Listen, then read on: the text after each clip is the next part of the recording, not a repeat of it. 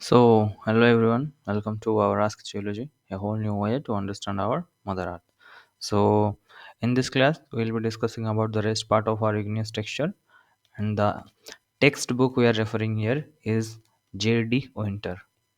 Okay, ये direct J.D. Winter book का igneous texture वाला चैप्टर ही है. Okay, so let's start igneous texture. तो यहाँ पे हम ये देखो igneous texture में ये सब ख़त्म किए थे. So what is primary texture, secondary texture, and if we are and we are basically considering about the crystal melt system. Okay, because we are concerned about the crystallization of different types of minerals that form the rock. Okay, from direct crystallization of your magma. Okay, magma is nothing but the molten rock material, and in the primary texture the interaction of your crystal and melt interaction may we just saw that how this embryo and the nucleation and finally the growth rate. For the nucleation we need, or in fact nucleation is the critical initial step for the development of your embryo, not embryo but the for the nucleus or that crystal. Okay, so for nucleation the requirement of undercooling is there. Okay, either undercooling should be there or supersaturation should be there. Okay, to initiate the nucleation.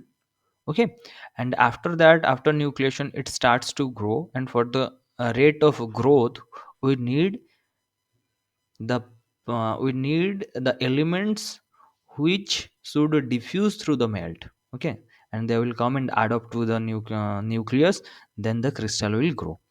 And the rate of nucleation, growth and diffusion, and depending upon your rate of diffusion and the rate of growth, we saw the dendritic texture. Okay, spinific texture is another example.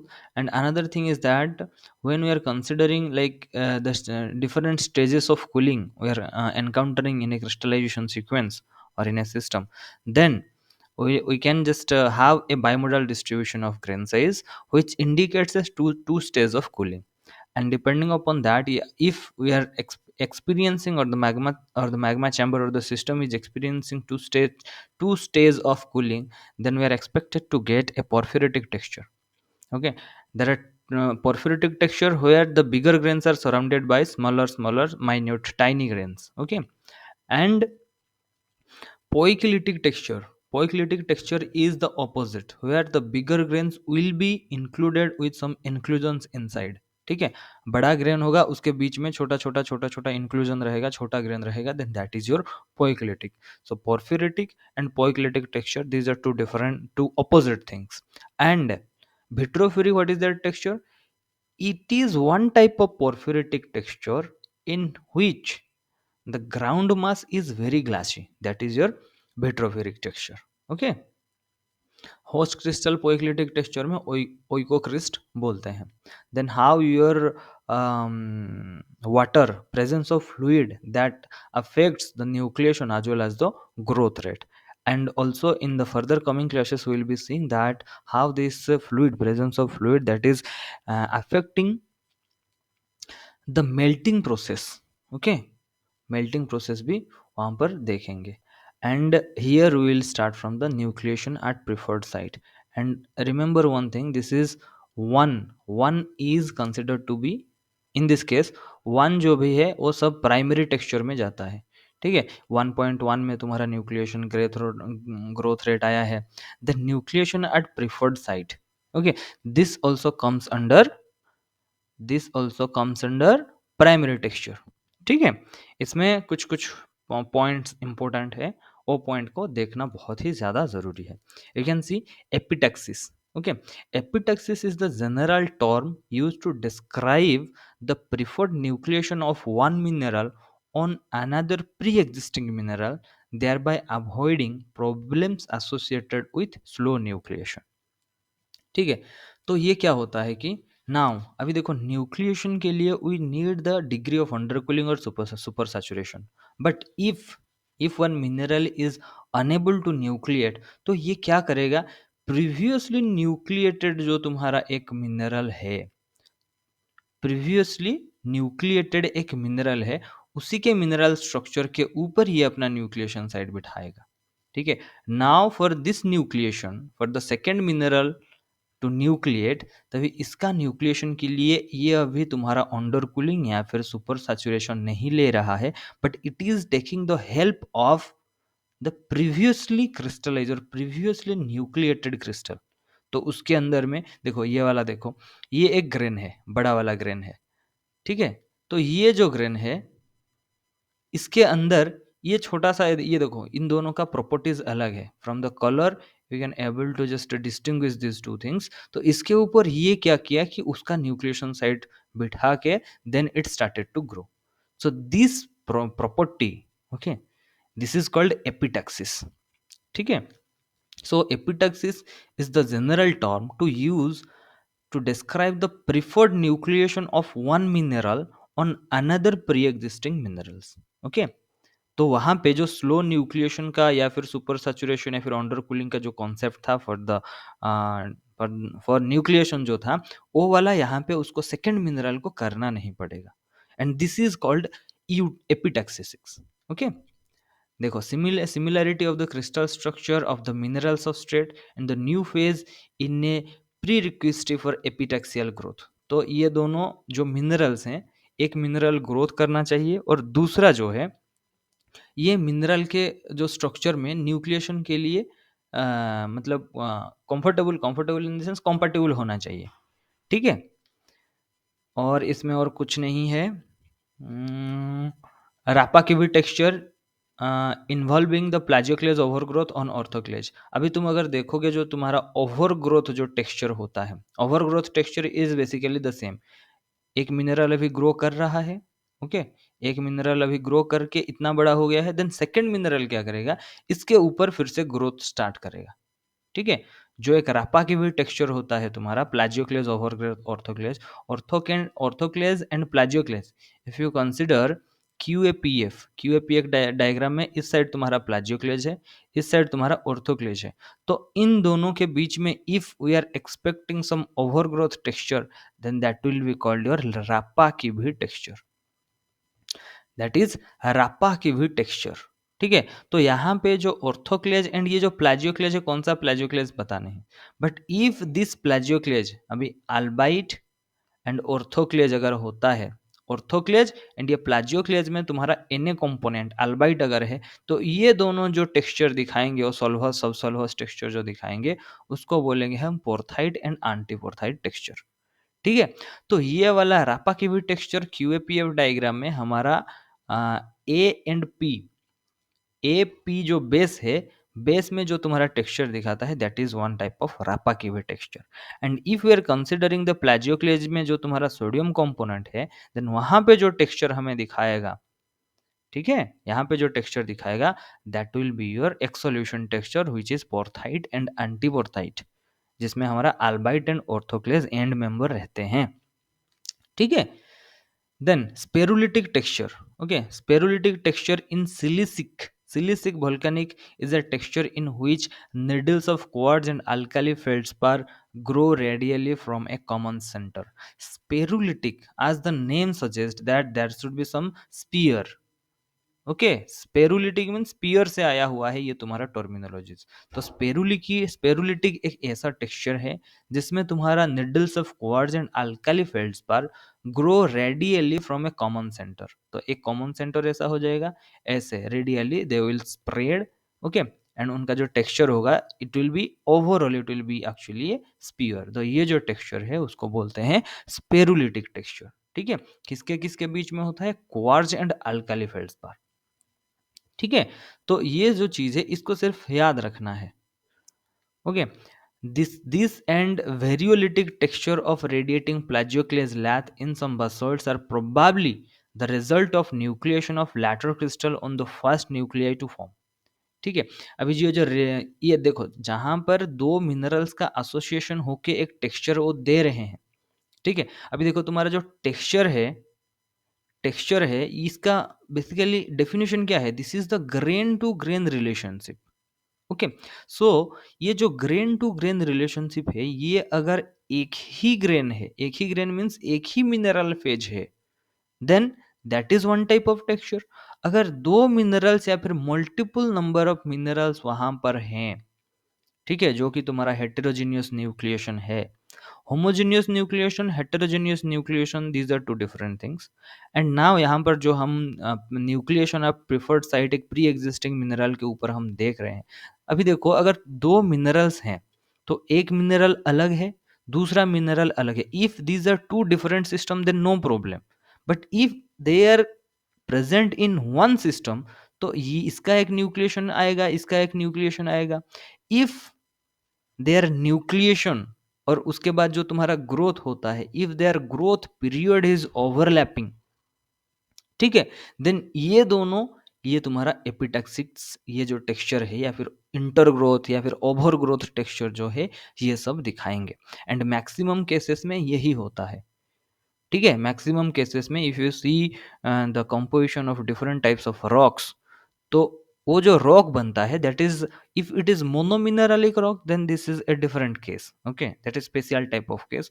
But maximum case में जो देखते हैं एक rock that is natural aggregates of minerals, those minerals they are not of a single phase, different different mineral phases वहां पर available होते हैं, जो कि तुम्हारा डिफरेंट डिफरेंट रॉक बनाते हैं, ठीक है। उसके बाद तुम्हारा कॉम स्ट्रक्चर है, ये भी एक है क्रेस कुमुलेट टेक्सचर, इसको हम देखेंगे। क्रेस कुमुलेट, आड कुमुलेट, जो कुमुलेट टेक्सचर होता है ना, क्यूमुलेट, क्यूमुलेट टेक्सचर जो होता है, these are related to your gravity settling, okay. Gravity settling के बेसिस में इनका क्रिस्टलाइजेशन होता है, बिकॉज यहाँ पे जो मिनरल्स जो पहले बनते हैं उनका जो डेंसिटी होता है, दैट डेंसिटी बहुत हाई हो जाता है। हाई डेंसिटी के कारण व्हेन तो वो क्या करते हैं कि मैग्मा चैम्बर में नीचे चले जाते हैं, ओके। मे बी वो डिस्प्लेस भी करते हैं। अगर if something previously crystallised mineral, okay, previously crystal, यहाँ पे थोड़ा अगर जगह मिलेगा, हाँ यहाँ पे बताते हैं, ठीक है। नाउ प्रीवियसली क्रिस्टलाइज्ड मिनरल अगर तुम्हारा वहां पर कुछ है, नाउ ये एक तुम्हारा मैग्मा चैम्बर है, ठीक है। मैग्मा चैम्बर में पहले ये एक मिनरल क्रिस्टलाइज करके नीचे बैठ गया है, let this to be mineral A. उसके बाद क्या हो रहा है कि now a second phase, second mineral phase B is crystallizing, okay. Let this A, इसका डेंसिटी लेट 2.65 ग्राम पर सीसी मान लो, या फिर 3.65 ग्राम पर सीसी है। This is the density. Now the crystallizing phase B, it has a density of let 5.1 gram per cc. Now ये crystallize करने के बाद it will try to sink, because the overall density of the magma or the liquid, liquid का density क्या होगा, maximum to maximum जाके 2.5 या फिर 3, 2.5 भी नहीं, 2.1 टू 2.3, 2.5 ऐसा कुछ होगा, ठीक है, because it is magma. Now this is dense, that's why it will try to just come down. इसको बोलते हैं सिंक, सिंकिंग प्रोसेस बोलते हैं, ठीक है। They will sink. नाउ यहाँ पर जो नीचे जो 3.65 ग्राम पर सीसी जो है, they will they will displace these minerals also, because इनका स्पेसिफिक ग्रेविटी अभी बहुत ही ज्यादा है, या फिर डेंसिटी जो है बहुत ही ज्यादा है। नाउ ये क्या करेंगे, इनको डिस्प्लेस कर लेंगे, ए वाले ऐसे ऊपर चले जाएंगे, ठीक है। यहाँ पर अभी जो मिनरल है ए मिनरल बनेगा, और नीचे ये तुम्हारा बी मिनरल सबसाइड कर जाएंगे, सिंक सिंक करके यहाँ पे तुम्हारा बी मिनरल्स आ जाएंगे। एंड ये जो तुम्हारा डिफरेंशियल, ये जो cumulate, crescumulate type of density separation, इसको बोलते हैं one type of density separation जो होता है। And this process, this density separation is basically used to describe the formation of your chromite deposits। जो तुम्हारा क्रोमाइट डिपॉजिट जो बनता है, और ये जो हम डेंसिटी लिए हैं बेसिकली सेम, क्रोमाइट का डेंसिटी 5.1 ग्राम पर सीसी होता है, और ये जो 3.65 ये तुम्हारा बेसिकली ओलिविन और पायरोक्सिन फेरोमैग्नीशियन मिनरल्स का डेंसिटी होता है। लिक्विड का डेंसिटी वही 2.1 टू 1.9, 2.1 ऐसा होता है। This is the density of your magma chamber. तो ये क्या करते हैं, now this displacement, they just displace, then chromite जाके नीचे रह जाता है, एंड बहुत ही ज्यादा क्रोमाइट जो तुम्हारा बैंड फॉर्म करता है, क्योंकि क्रोमाइट का हम देखेंगे, एक तुम्हारा बैंडेड क्रोमाइट होगा और एक पोडिफॉर्म क्रोमाइट होगा, ठीक है। तो ये एक तुम्हारा, ये जो this is related to your cumulate type of texture, ठीक है, क्योंकि उसका डेंसिटी बेसिस में they will form different different bands. Okay, तो ये हो गया तुम्हारा क्या हो गया, न्यूक्लिएशन एट प्रिफर्ड साइट। यहाँ पर तुम देख सकते हो ये जो मिनरल है, this is mineral, let this mineral, sorry, let this mineral to be A and this mineral to be B. तो ये दोनों अलग अलग मिनरल्स हैं।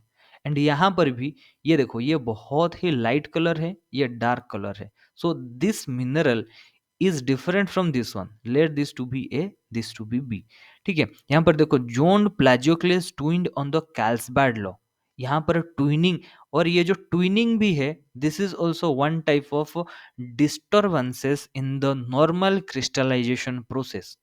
ठीक है, ये देखो इसका जो प्रॉपर्टी है, this is fully different from this one. ये तो केमिकल जोनिंग के लिए है, न्यूक्लिएशन और प्रिफर्ड साइट ये ए ही है। ठीक है, देन तुम्हारा कॉम्पोजिशनल जोनिंग, ये देखो, जोनिंग अगर तुम्हारा अंदर भी हो सकता है। Zoning now when the crystallization happening, crystallization के टाइम में ही तुम्हारा जोनिंग होता है। एंड मैं पहले भी बताया था, this zoning is actually a result of in equilibrium crystallization, in equilibrium crystallization. Because if we are considering a very ideal और इक्विलिब्रियम क्रिस्टलाइजेशन कंडीशन, देन वहां पे जोनिंग हमको देखने को मिलेगा नहीं। ठीक है, ये देखो, compositional zoning is common and occur when a mineral changes composition as it grows during cooling. And always remember this, ये जो compositional zoning है, ये तुम्हारा प्राइमरी टेक्सचर में आता है। किस में आता है? These are primary texture,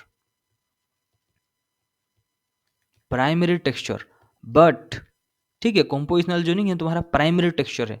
but if we are considering the cross hatch twinning, और इसमें इसमें और एक जोनिंग आएगा, रुको यहाँ पे होगा शायद, नहीं नहीं, वो ट्विनिंग है। ये जैसे कि तुम्हारा जोन प्लाजियोक्लेज, ये तुम्हारा कैल्सबैड ट्विन है।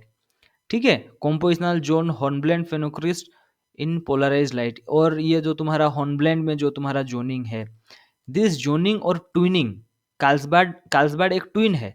Now this twins, Carlsbad twin is example of primary texture, but cross-hatched twinning और the twinning we are just encountering in plagioclase like microcline में जो हम देखते हैं, those are secondary texture. Always remember, those are secondary texture. ठीक है, जब तुम्हारा ड्यूरिंग क्रिस्टलाइजेशन में अगर तुम्हारा कुछ टेक्सचर बन रहा है, that is primary texture. But sanidine या फिर माइक्रोक्लीन में जो तुम्हारा क्रॉस ट्यूनिंग जो दिखाता है, those are post crystallization texture, that's why they are considered to be secondary texture. ठीक है, ये एग्जाम में आता है, आता है क्या, आया है, इसलिए मैं बोल रहा हूँ।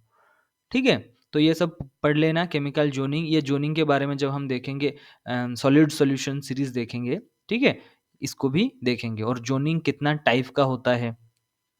ठीक है, तुम्हारा, हाँ, और जोनिंग के लिए क्या होता है कि तुम्हारा एक्सचेंज, सब्सटीट्यूशन रिएक्शन, ये भी मिनरोलॉजी क्लास में बताए हैं, बट फिर भी no problem. Normal zoning, reverse zoning, oscillatory zoning अभी हम देखेंगे। ठीक है, normal zoning, reverse zoning and oscillatory zoning. तो अभी यहाँ पे हम थोड़ा जूम इन करके बताते हैं। ठीक है, अभी देखो जोनिंग तुम कब कब मिलेगा। ठीक है, अभी देखो जोनिंग, अभी एक मिनरल, ये एक मिनरल है, ये दूसरा एक मिनरल है। नाउ ये दोनों, अभी इन दोनों के बीच में, जैसे कि हमको पता है अल्बाइट एंड अनॉर्थाइट, इसके बीच में एक सॉलिड सॉल्यूशन है। ओलिविन फॉस्टेराइट, पायलाइट, इसके बीच में एक सॉलिड सॉल्यूशन है। तो ये जो सॉलिड सॉल्यूशन सीरीज में, okay, in solid solution series if we are experiencing some disequilibrium, then they will resolve the concept of zoning. ठीक है, सॉलिड सॉल्यूशन में अगर तुम्हारा डिसइक्विलिब्रियम क्रिस्टलाइजेशन और crystallization which is not equilibrium, वो वाला crystallization हो रहा है, then they will show you zoning. ठीक है, zoning is nothing but this is also one type of intergrowth और ओवरग्रोथ भी तुम बोल सकते हो। ठीक है, तो ये जो जोनिंग है, ये तुम्हारा एक है नॉर्मल जोनिंग होता है, सेकेंड है रिवर्स जोनिंग होता है, और थर्ड है oscillatory zoning. And in nature this oscillatory zoning is very, ये मतलब नॉर्मल है, ये हमेशा मिलता है।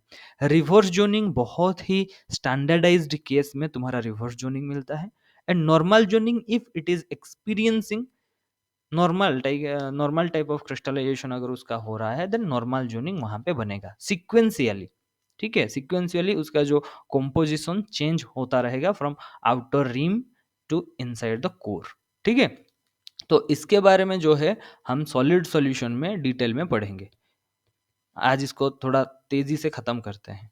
ठीक है, हाँ देखो, normal zoning, reverse zoning and oscillatory zoning. Normal zoning जैसे कि नॉर्मल तुम्हारा क्रिस्टलाइजेशन हो रहा है, डिसइक्विलिब्रियम हो गया, तो तुम्हारा बाहर और अंदर का जो कंपोजिशन है अगर वो नॉर्मल है, यहाँ पर देखो, anorthite rich, more anorthite rich core towards more albite rim, this is called normal zoning. यहाँ पर लिखा हुआ है, देख लो सब। अभी if you are getting this mineral, okay, this is actually the solid. अभी तुम्हारा रिम जो है ये तुम्हारा अल्बाइट रिच है, और जो तुम्हारा कोर है, ठीक है, ये तुम्हारा अनॉर्थाइट रिच है। Then this is called your normal zoning. इसको क्या बोलते हैं? Normal zoning. हमेशा याद रखना, in this Bowen's reaction series, in Bowen's reaction series, ये तुम्हारा ओलिविन से आता है, और ये तुम्हारा अनॉर्थाइट टू अल्बाइट आता है। ठीक है, ठीक है, ये तुम्हारा अनॉर्थाइट टू अल्बाइट आता है। अल्बाइट टू अनॉर्थाइट ये तुम्हारा सीक्वेंस है। और इफ इट इज अल्बाइट रिच, क्योंकि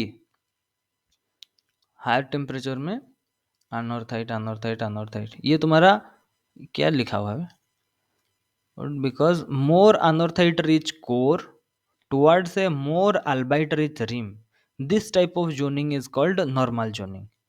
रिवर्स जोनिंग अभी तुम्हारा क्या होगा? इफ अनॉर्थाइट तुम्हारा बाहर है और अल्बाइट अगर तुम्हारा अंदर है कोर में, then this is called your reverse zoning. And oscillatory zoning में क्या होगा? जो तुम्हारा कंपोजिशन है albite anorthite, because albite and anorthite they just show a solid solution. तो यहाँ पे इन बिटवीन हम ऐसा एक कंपोजिशन ले सकते हैं, मैं बोलूंगा अल्बाइट 38, अनॉर्थाइट 62, हाँ, तो ये वाला जो कॉम्पोजिशन है नाउ, अभी जो उसका जो कॉम्पोजिशन थोड़ा मतलब ग्रेडेशनल, ग्रेडेशनल कभी बढ़ रहा है कभी घट रहा है, कभी बढ़ रहा है घट रहा है। इफ दिस अनॉर्थाइट कंटेंट और albite content in changing in a non linear fashion, ठीक है, कभी बढ़ रहा है कभी घट रहा है, कभी बढ़ रहा है घट रहा है, देन उसमें जो तुम्हारा जो जोनिंग दिखेगा, देन वो होगा तुम्हारा oscillatory zoning. Oscillatory zoning, if oscillatory zoning का कंडीशंस भी है कैसे होगा, ठीक है। एंड ये जो रिवर्स जोनिंग है, प्योर रिवर्स जोनिंग हमें नेचर में मिलना बहुत ज्यादा मुश्किल है। आइदर उसको एक छोटा सा पार्ट रिवर्स जोनिंग हुआ है, लेकिन ओवरऑल एक ऑसिलेटरी जोनिंग हम ऐसे उसको बता सकते हैं। ठीक है, जैसे कि अभी तुम्हारा रिम बना हुआ है, ये एक है, उसके अंदर ऐसा है ऐसा है ऐसा है, जो भी है ना, यहाँ पे हम starting from the rim to core जब आएंगे, जो तुम्हारा वेरिएशन है अनॉर्थाइट एंड अल्बाइट प्रोपोर्शन का जो वेरिएशन है, वो तुम्हारा लिनियर नहीं होगा, कभी बढ़ रहा है घट रहा है, बढ़ रहा है घट रहा है, बढ़ रहा है घट रहा है, देन इसको हम बोलेंगे oscillatory zoning. And for the formation of your oscillatory zoning we need multiple magma injection, multiple magmatic body injection, magma injection. और वहां पे तुम्हारा जो तुम्हारा स्टॉपिंग कॉन्सेप्ट वहां पे आ सकता है। नाउ स्टॉपिंग क्या होता है कि अभी तुम्हारा मैग्मा का कंपोजिशन अगर चेंज हो रहा है, ठीक है, मैग्मा का कंपोजिशन चेंज हो रहा है डिपेंडिंग अपॉन कैसा भी कॉज हो, किसी के कारण भी वो चेंज हो रहा है, स्टॉपिंग के कारण हो रहा है, या फिर मल्टीपल इंजेक्शन के लिए हो रहा है, या फिर वाल वाल रॉक इंटरेक्शन, वाल रॉक इंटरेक्शन के बारे में वजह से हो रहा है, दैट डजेंट मैटर। बट तुम्हारा अगर composition, chemical composition of your magma if it is changing, then it will crystallize the thing according to its composition. तो ये वाला कंपोजिशन, मैग्मा का कंपोजिशन धीरे धीरे अगर चेंज होता रहता है, देन ये जो हमें जो अल्बाइट अनॉर्थाइट का जो कंटेंट होगा, दैट विल आल्सो चेंज। ठीक है, सॉलिड सॉल्यूशन चला गया, then crystallization sequence. Crystallization sequence में मैं बताया था, हमेशा याद रखना ए टू ई होता है। पहले ए बी सी डी, उसके बाद ई होगा। ए जो है this is poorly developed, euhedral this is well developed. Okay, well developed जो है उसको बोलते हैं euhedral crystal. Okay, as a rule early forming minerals in the crystal are not significantly undercooled and surrounded complete, एक minute, ठीक है। And सॉबहेड्रल और अनहेड्रल crystal form interstitial, ये देख लेना। क्रिस्टलाइजेशन सीक्वेंस जो बावेंस रिएक्शन सीरीज है वही हमारा नॉर्मल क्रिस्टलाइजेशन सीक्वेंस है, ठीक है। अभी हमारे पास जो बावेंस रिएक्शन सीरीज है, this is actually the Bowen's reaction series, and these are the minerals they are expected to form in the earlier part, and these are the minerals they will form at the latter part. Okay, this is basically the crystallization sequence. And always remember जो Bowen's reaction series वो दिए हैं उसमें सिर्फ silicates को ही use किए हैं। And हमेशा याद रखना ये जो सिलिकेट्स जो यूज किए हैं मैक्सिमम वो फेज कंपोनेंट को यूज किए हैं, ठीक है। एक एक डिफरेंट डिफरेंट फेज का जो एंड मेंबर कंपोनेंट है उनको ही यूज किए हैं। इन बिटवीन वहां पे बहुत सारे मिनरल्स का क्रिस्टलाइजिंग टेम्परेचर आ सकता है, ठीक है, वो भी हम बताएंगे। हमेशा जो बावेंस रिएक्शन सीरीज है, ओलिविन, ओलिविन के बाद ओपीएक्स, देन तुम्हारा सीपीएक्स, ये जो सीक्वेंस है they are just considering one particular phases, but in between olivine and orthopyroxene there may be some mineral considered to be X, इसका क्रिस्टलाइजेशन आ सकता है। ओके, अभी ये जो बायोन्स रिएक्शन सीरीज है this is also one experiment. Okay, ये भी एक एक्सपेरिमेंट है। नाउ अगर तुम जो एक्सपेरिमेंट में लेट मान लो एक रॉक तुम यूज कर रहे हो, इस रॉक में ये जो एक्स वाला मिनरल अभी है नहीं, then how can I plot this mineralization of your X in this sequence, ठीक है। तो बावेन्स का जो उनका जो एक्सपेरिमेंट था वो एक्सपेरिमेंट बेसिकली तुम्हारा ये बासॉल्ट, ठीक है, क्योंकि यही तुम्हारा पेरेंट मैग्मा कंसिडर किया जाता है ना। ये जो बासॉल्ट का composition that also varies a lot. तो ये एक जनरलाइज्ड क्रिस्टलाइजेशन सीक्वेंस है। ओके, तो यहाँ पे बहुत सारा इंटरमीडिएट पार्ट जो है वो ओमिट भी हो सकता है। So this is not 100% ideal. Okay, ये आइडियल नहीं है, but this basically tells you that what would be the overall crystallization sequence if you are just melting one parent basaltic rock. Okay, तो यही है। फेनोक्रिस्ट क्या है? एफेनेटिक, फेनेटिक, एफेनेटिक डिपेंडिंग अपॉन उसका size, crystal size के बेसिस में उसको फेनेटिक और एफेनेटिक वो डिफाइन करते हैं, ठीक है। उसके बाद देखते हैं और कौन सा टेक्सचर है। हमेशा हाँ यहाँ पर देखो, euhedral early pyroxene with late interstitial plagioclase, ठीक है। यहाँ पे देखो euhedral early pyroxene with late interstitial plagioclase, यहाँ पे थोड़ा हम एक्सप्लेन कर रहे हैं, ठीक है। तो ये जो बावेंस रिएक्शन सीरीज है हमारा, ठीक है, पहले आएगा तुम्हारा ओलिविन, पहले ओलिविन, उसके बाद पाइरोक्सिन, ठीक है। उसके बाद धीरे धीरे धीरे धीरे यहाँ पे आएगा तुम्हारा के फेल्ड्सपार, ठीक है। पाइरोक्सिन के बाद तुम्हारा एम्फिबोल आएगा, देन माइका आएगा, देन तुम्हारा के फेल्ड्सपार आएगा, ठीक है। नाउ अभी तुम एक बात बताओ, इन दिस मैग्मा चैम्बर, ये जो एक मैग्मा चैम्बर है, मैग्मा चैम्बर में तुम्हारा ओलिविन पहले क्रिस्टलाइज कर चुका है, ओलिविन तुम्हारा पहले क्रिस्टलाइज कर चुका है। तो ओलिविन ये अभी यहाँ पे सॉलिड है, ये अभी सॉलिड है। उसके बाद पाइरोक्सिन कर लिया, तो पाइरोक्सिन भी हो गया, ठीक है। उसके बाद ये सब तुम्हारा पाइरोक्सिन है। Now if now your amphi sorry क्या है ये, प्लाजियोक्लेज, प्लाजियोक्लेज अगर तुम्हारा क्रिस्टलाइज वहां पे कर रहा है, देन प्लाजियोक्लेज को क्रिस्टलाइज करने के लिए अभी रहने के लिए उसके पास जगह नहीं है। तो इस ये कहाँ पे रहेगा? ये जो तुम्हारा इंटरस्टिशियल स्पेसेस हैं, तो यहाँ पे तुम्हारा प्लाजियोक्लेज ग्रो करेगा, ठीक है। यहाँ पे तुम्हारा ऐसे ऐसे करके प्लाजियोक्लेज ग्रो करेगा। This is basically you can call in a microscopic scale this is actually a room problem. इसको रूम प्रॉब्लम भी बोल सकते हो। यहाँ पर तुम देखो ये जो तुम्हारा है these are all your pyroxene, ये जो है ये तुम्हारा पायरोक्सिन है। और ये देखो ये जो तुम्हारा नॉर्मल सिंपल ट्यूनिंग जो है ये तुम्हारा प्लाजियोक्लेज, प्लाजियोक्लेज लैथ्स बोलते हैं ना, दीज आर योर प्लाजियोक्लेज। एंड इसको मैं कैसे डायरेक्ट बोल दिया कि ये पायरोक्सिन है और ये प्लाजियोक्लेज है? प्लाजियोक्लेज तो छोड़ो, इसका जो तुम्हारा जो तुम्हारा टेक्सचर है, ठीक है, ये जो सिंपल ट्विनिंग है तो ये तुम्हारा प्लाजियोक्लेज लैथ है, लामेलर ट्विनिंग दिखाएगा प्लाजियोक्लेज, हॉराइजॉन्टल ट्विन्स जो दिखाया है lamellar twinning, this is plagioclase. Okay, now how I am just telling directly that this are your pyroxenes, और यहाँ पे और भी ज्यादा फ्रैक्चर्ड होते तो मैं उनको बोलता ओलिविन। वही वाला चीज जो हम बताए थे, देखो when this crystallization of your olivine and pyroxene is happening, the temperature is very high and when they are just coming onto the surface, okay, अभी उनका ओलिविन और पायरोक्सिन का स्टेबिलिटी फील्ड कहाँ है, that is maintain at A high temperature pressure condition, क्योंकि ये इसी temperature pressure में वो फॉर्म हुए हैं तो इसी टेम्परेचर प्रेशर में वो स्टेबल है। Now they are we are just finding them on to the surface, on to the surface, ठीक है। तो सरफेस में अगर आ रहे हैं तुम्हारा टेम्परेचर भी घट रहा है, प्रेशर भी घट रहा है। नाउ अभी इनका जो स्टेबल फेज है, स्टेबल उनका जो शेप है, कॉन्फ़िगरेशन है, देन दो स्टेबिलिटी विल बी डिमिनिश्ड। तो ये क्या करेंगे, बहुत सारा क्रैक्स डेवलप कर लेते हैं। ओलिविन कहीं पर भी तुम थिन सेक्शन में देखोगे, olivine the first crystallized mineral in Bowen's reaction series, कहीं पर भी ओलिविन तुमको बहुत अच्छे से नहीं दिखेगा। Very highly fractured olivine you can encounter on a petrographic microscope and this is basically the cause, क्योंकि ओलिविन का स्टेबिलिटी फेज बहुत ऊपर है।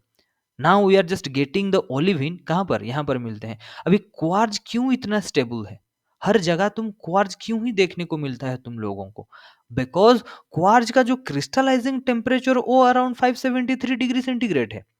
एंड ये जो 573 डिग्री सेंटीग्रेड है this is very near to your normal atmospheric pressure, normal temperature pressure condition. तो इसमें बहुत ज्यादा डिफॉर्मेशन होता नहीं है। लेकिन if you can consider the olivine, ठीक है, यहाँ पे तुम्हारा 1500 टू 1700 डिग्री सेंटीग्रेड उसका क्रिस्टलाइजिंग टेम्परेचर है, मतलब 1700 degree centigrade and associated pressure is required for its stability. वहां पे हमें बहुत बड़ा अच्छा सा ओलिविन देखने को मिलेगा। लेकिन हम ओलिविन जब मतलब हमें मिल रहा है ये हमारा normal atmospheric temperature pressure condition में है। नाउ ये जो उसका एम्बिएंट जो उसका रिक्वायर्ड टेम्परेचर प्रेशर कंडीशन है this is not the same अभी। दैट्स वाई ये क्या करता है, बहुत ही ज़्यादा वेरी हाईली फ्रैक्चर्ड होता है। जो हम पढ़ लेते हैं कि ओलिविन ये तुम्हारा स्ट्रेट एक्सटेंशन दिखाएगा, ऑर्थोरोम्बिक सिस्टम में क्रिस्टलाइज करेगा। अगर इसका ओलिविन ऑर्थोरोम्बिक तो इसका जो एक्सटेंशन एंगल है, या फिर बाई एक्सियल में जो देखेंगे टू भी एंगल भी चेंज होता है ड्यू टू दिस थिंग्स, ठीक है। यहाँ पे देखेंगे हम ओलिविन तो तुम्हारा ऑर्थोरोम्बिक में है, then pyroxene orthorhombic and monoclinic में है होता है। अभी मोनोक्लिनिक, ऑर्थोरोम्बिक, मोनोक्लिनिक, ट्राइक्लिनिक ये सब तुम्हारा बाईएक्सियल मिनरल्स हैं। अभी बाईएक्सियल मिनरल यहाँ पे अगर तुम्हारा ओलिविन का दिस 1700 डिग्री सेंटीग्रेड में ओलिविन का टू भी एंगल अगर इतना हो रहा है, let two V angle to be X degree, तो यहाँ पर when we are just encountering that olivine on the surface of earth, then ये टू भी एंगल उतना नहीं होगा, there will be change in two V angle. And इसको use किया जाता है, ओके इसको यूज किया जाता है द अमाउंट ऑफ प्रेशर और द स्ट्रेस मेजरमेंट करने के लिए भी इसको यूज किया जाता है। एल्यूमिनियम एक फेज है, ठीक है। अभी हम देखेंगे when you just go below to the surface of earth, वहां पे प्लाजी मतलब और मतलब तुम्हारा फेल्ड्स्पार लिया जाता है, फेल्ड्स्पार के बाद स्पिनेल लिया जाता है, स्पिनेल देन वार्डलेसाइट रिंगुडाइट जो लिया जाता है। These are all like olivine structures, high pressure olivine structure which are containing this aluminous phase, ठीक है। तो इन दोनों का जब प्रॉपर्टीज में जो चेंजेस होता है those basically reflect the ambient pressure condition, basically pressure condition, okay. तो उसको ये भी देखेंगे, ये उसका इम्प्लीकेशंस है, ठीक है। उसके बाद ये तुम्हारा एक ऑफिटिक टेक्सचर है, देख लो ऑफिटिक टेक्सचर है, ठीक है। Geologists have often appealed to grain size and other indicator crystallizing sequence. Crystallization sequence में तुम्हारा grain size को भी यूज किया जा सकता है. And your grain size that basically depends upon the rate of cooling. ठीक है, कूलिंग के ऊपर तुम्हारा जो ग्रेन साइज डिपेंड करता है. एंड यहाँ पर देखो ऑफिटिक टेक्सचर, देखो ophitic texture to the involvement. Okay, involvement of plagioclase layers by larger clinopyroxene, and it is commonly interpreted to indicate the clinopyroxene formed later. या जब हम डाइऑक्साइड एंड अनोथाइड सिस्टम पढ़ेंगे ना, जब हम डाइऑक्साइड एंड अनोथाइड सिस्टम पढ़ेंगे, वहां पे हम देखेंगे तुम्हारा time of crystallization, first thing. Second thing देखेंगे रेट ऑफ ग्रोथ, ठीक है. एंड थर्ड थिंग देखेंगे the relation between the nucleation and the rate of growth. पहले अगर इफ मैं एक कंडीशन देता हूं, ये ऑफिटिक टेक्सचर में यही होता है, ठीक है. जब मैं डाइऑक्साइड अनोथाइड सिस्टम जब पढ़ाऊंगा तो उसमें बताऊंगा. तो एक मिनरल है ए, दूसरा मिनरल है बी. नाउ ये जो ए का मिनरल का क्रिस्टलाइजिंग टेम्परेचर बहुत हाई है, मतलब it can start crystallizing at 1800 degree centigrade, but B has a crystallizing temperature of late 1600 degree centigrade.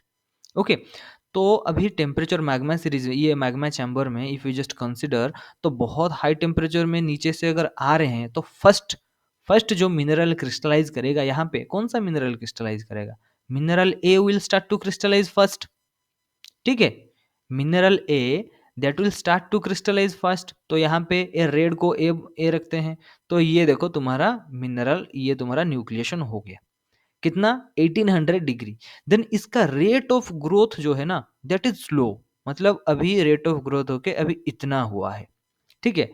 लेकिन क्रिस्टलाइजिंग टेम्परेचर ऑफ बी अभी 1600 आ गया. 1600 में ये तुम्हारा बी अभी क्रिस्टलाइज कर लिया. But the rate of growth of your bee is far much like faster than the rate of growth of A. What I am just telling, the rate of growth of B, that is the blue. Okay, this is the blue. Rate of B is far more or faster than the rate of growth of A, that is the red one. तो इसमें क्या होगा, with respect to time, ये जो तुम्हारा B है, now this B अभी इतना ग्रो किया होगा, और वहां पे सॉरी तुम्हारा A इतना ग्रो किया है और B उस टाइम में इतना ग्रोथ कर लिया होगा. ठीक है, इतना ग्रोथ अभी कर लिया होगा. एंड यही जो केस है तुम्हारा ऑफिटिक टेक्सचर, इंटरस्टिशियल टेक्सचर जो है, जो डाइऑक्साइड अनोथाइड सिस्टम में, ये वाला चीज हम वहां पर देखेंगे. That how the rate of growth of your pyroxene exceeds the rate of growth of your pyroxene exceeds the rate of growth of your plagioclase. Okay, जो जहां पर वो लोग ऑफिटिक टेक्सचर बनाते हैं. ठीक है, हो गया, समझ में आया कुछ. ऑफिटिक टेक्सचर किसको बोलते हैं, यहां पर मैं लिख भी दे रहा हूं. जो तुम्हारा ऑफिटिक टेक्सचर है, ऑफिटिक टेक्सचर में जो तुम्हारा स्मॉलर होस्ट होता है पायरोक्सिन, और अंदर जो इंक्लूजन रहता है वो होता है तुम्हारा प्लाजियोक्लेज. लेकिन इफ यू कंसिडर प्लाजियोक्लेज का क्रिस्टलाइजेशन टेम्परेचर ज्यादा है, दैट मीन्स अभी यहाँ पर प्लाजियोक्लेज पहले न्यूक्लिएट होगा, ये होगा तुम्हारा प्लाजियोक्लेज, ये होगा तुम्हारा ओगाइट और दिस इज पायरोक्सिन में जो ओगाइट होता है इसको बोलते हैं.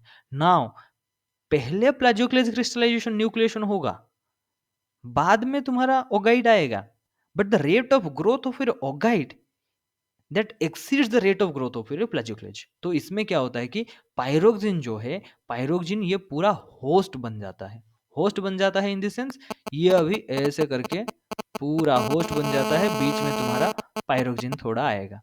तो ये जो टेक्सचर है, इस टाइप का टेक्सचर, ये तो हम डायग्राम ही बना रहे हैं, but this type of texture, this is called ophitic texture, यही वाला बन जाता है. ठीक है, ठीक है. अभी हम आगे चलते हैं, इसके बारे में भी देखेंगे, कोई दिक्कत नहीं। तो यहाँ पे और कुछ कुछ टेक्सचर्स जो दिया गया है वो वाला टेक्सचर तुम देख लेना। This is ophitic texture, this is ophitic texture. A single pyroxene envelops several well developed plagioclase lath. ये जो तुम देख रहे हो, these are all your plagioclase laths, plagioclase laths. ठीक है, लैमेलर ट्विनिंग जो दिखाता है उसके लिए उसको लैथ बोलते हैं। और ये जो तुम्हारा डार्क कलर का जो है, this is your pyroxene. Now this bigger pyroxene, ये देखो, ये तुम्हारा साइड में ये जो ब्लैक ब्लैक जितना है, these are pyroxene. Now this pyroxene is hosting numerous plagioclase laths. ठीक है, तो ये जो तुम्हारा है, ये तुम्हारा एक ऑफिटिक टेक्सचर है जो तुम्हारा इंपॉर्टेंट है। मैं सिर्फ उसी को ही बता रहा हूँ। ठीक है, पढ़ लेना है, पढ़ने के बाद तुम्हारे अंदर कुछ डाउट अगर आता है देन बहुत बहुत बढ़िया। ये तुम्हारा ग्रानोफेरिक टेक्सचर, ग्रानोफायर बोलते हैं। ग्राफिक टेक्सचर क्वार्ट्ज एंड फेल्ड्सपार अगर होता है देन उसको ग्राफिक टेक्सचर बोलते हैं। ग्रानोफेरिक टेक्सचर क्या होता है तुम देख लेना है।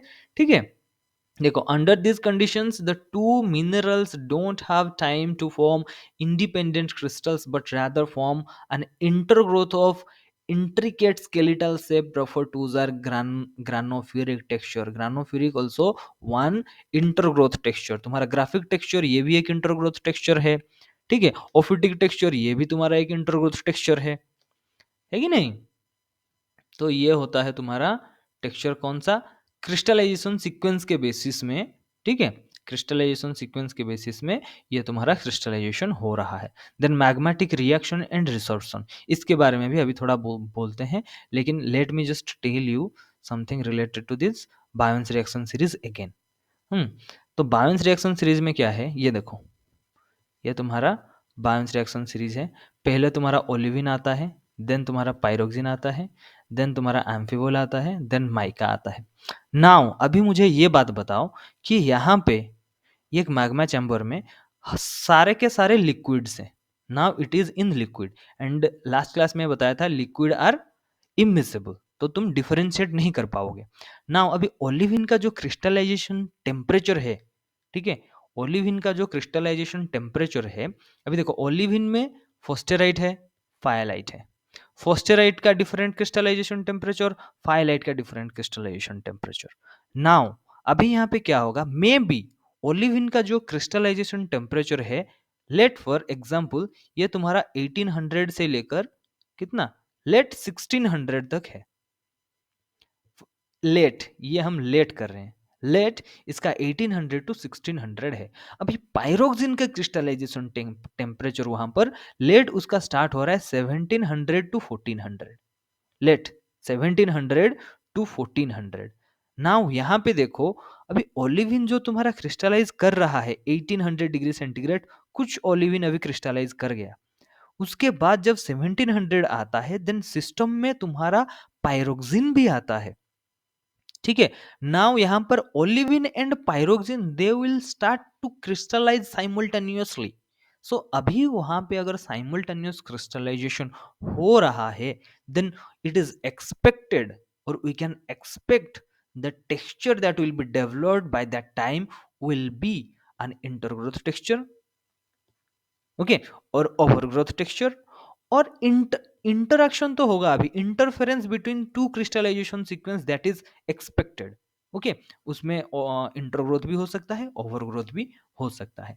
And this interference of your crystallization temperature range, okay, क्या मैं बोल रहा हूं, the interference of this crystallization temperature range, क्योंकि जो crystallizing temperature that is not a particular temperature, that is actually range of temperature. So ये जो crystallizing temperature का रेंज का जो ओवरलैपिंग होता है, now this overlapping is basically responsible for various different and interesting texture development in rocks. ठीक है, और ये जो ओवरलैपिंग है ना, ये ओवरलैपिंग हमें हर जगह देखने को मिलेगा। मेटामॉर्फिक जब पढ़ेंगे, मेटामॉर्फिक में जब तुम्हारा पेलिटिक रॉक का एक टेम्परेचर प्रेशर कंडीशन होगा, ठीक है, अभी तुम्हारा मैफिक का एक टेम्परेचर प्रेशर कंडीशन होगा, एंड पेलिटिक एंड मैफिक का जो टेम्परेचर प्रेशर कंडीशन रेंज होगा ना, we will see there that इनके जो टेम्परेचर प्रेशर रेंज है ये भी ओवरलैप ही करते हैं। जैसे कि हम बोलेंगे यह तुम्हारा एम्फीबोलाइड फेसिस या फिर ग्रिनसिस्ट फेसिस में, ग्रीनसिस्ट फेसिस में तुम्हारा garnet garnet and biotite, biotite zone, garnet zone, ये सब तुम्हारा ग्रीनसिस्ट फेसिस में आता है। इसका क्या मतलब है? गार्नेट एंड बायोटाइट ये जो जोन है, this are related to pelitic rocks. Greenschist जो है, this is related to mafic rocks.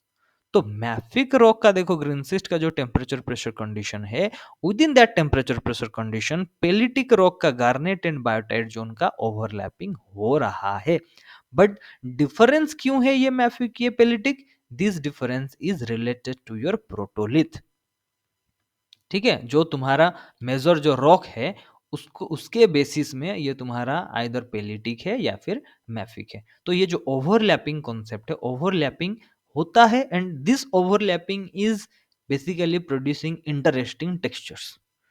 ठीक है, ग्राफिक टेक्सचर है। उसके बाद मैग्मेटिक रिएक्शन एंड रिसॉर्प्शन, ये भी बढ़िया एक इंटरेस्टिंग चीज है, इसको भी बताते हैं थोड़ा। ठीक है, जो अभी तुम्हारा क्या हो रहा है कि ये देखो, तुम्हारा एक मैग्मा चैम्बर है ना, अभी तुम्हारे पास ये एक बड़ा मैग्मा चैम्बर है। इसमें क्या होता है, जैसे कि तुम्हारा इंटरस्टिशियल टेक्सचर जैसे कि हो गया था। ठीक है, तो मैग्मा क्या करेगा, सम रिसॉर्प्शन करेगा, resorption. And magmatic resorption texture का सबसे बहुत ही बढ़िया एग्जांपल है सीव टेक्सचर, ACIEV, सीव टेक्सचर। ये बहुत टाइम एग्जाम में आता है। ठीक है, सीव टेक्सचर होता है। रिसर्शन और रिएक्शन, रिएक्शन क्या होता है, देखो अभी ओलिविन क्रिस्टलाइज कर लिया, उसके बाद पायरोक्सिन क्रिस्टलाइज कर लिया, देन एम्फीबोल। तो एक सिस्टम में if we are considering so many of mineral phases, बहुत सारे मिनरल फेजेस हैं, तो इसमें क्या होगा कि आइदर दो कंडीशन हो सकता है, they will remain as inert, inert रह सकते हैं, मतलब ये इसके साथ कुछ लेना देना नहीं, इसका साथ कुछ लेना देना नहीं है, ऐसे रह सकते हैं। और सेकंड केस में क्या होता है कि अभी ओलिविन एंड पायरोक्सिन ये दोनों मिलके में भी कुछ अलग सा एक मिनरल फॉर्म करेंगे। ये जो तुम्हारा केमिकल रिएक्शंस है, मेटामॉर्फिक रिएक्शंस में हम यही पढ़ेंगे, एंड इग्नियस में भी ये होता है। Now this olivine, this is all related to your fractional crystallization. ठीक है, फ्रैक्शनल क्रिस्टलाइजेशन में क्या होगा, जब तुम्हारा ये बावेंस रिएक्शन सीरीज में ओलिविन फॉर्म हो गया, now this olivine it will react with the melt, melt के साथ रिएक्शन करके वो पायरोक्सिन देगा, देन पायरोक्सिन मेल्ट के साथ रिएक्शन करके एम्फिबोल देगा। तो ये जो तुम्हारा है, these are called magmatic reactions, and resorption का एग्जांपल है सीव टेक्सचर। ठीक है, so magmatic reaction and resorption से जो चीज है, ये भी इंपॉर्टेंट है, देख लो। In some systems, early crystals react with the melt. That is clearly written. In some systems, early crystals react with the melt as crystallization proceed. Okay, the reaction of olivine with the melt to form pyroxene in the SiO2 Mg2 SiO4 system. This is silica and this is olivine system. Is a prime example. This is called magmatic reactions, and these are also considered under the domain of your primary textures. Sieve texture is example of your primary texture. Magmatic reaction texture, these are also example of your primary texture. ठीक है, post magmatic crystallisation sequence में जो तुम्हारा texture बनेगा, those will be called as your secondary texture. Always remember this things. ठीक है, और resorption is a term applied, यहाँ पर लिखा हुआ है, resorption is a term applied to refusion or dissolution of a mineral back into a melt or solution from which it is formed. Okay, this is somehow you can call the concept of your devitrification, जहां पर तुम्हारा glass बन जाता है, glass से फिर से जो that is the backward propagation. अभी एक मिनरल बन गया है, now this minerals they will try to refuse, फिर से अभी मेल्ट में फ्यूज कर जाएंगे।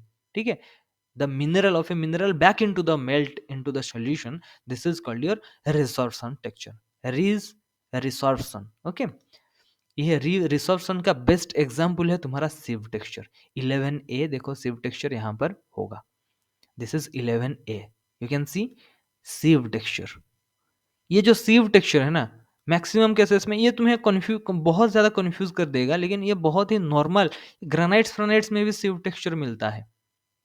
ठीक है, सिव टेक्सचर मिल जाएगा, कोई दिक्कत नहीं।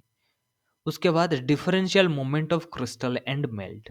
Differential moment of crystal and melt, अभी तक किसी का कुछ डाउट है तो पूछ सकते हो, क्योंकि अभी तक हम वही प्राइमरी टेक्सचर में ही है। किसी का कहीं पर डाउट है? किसी का कहीं पर डाउट है क्या?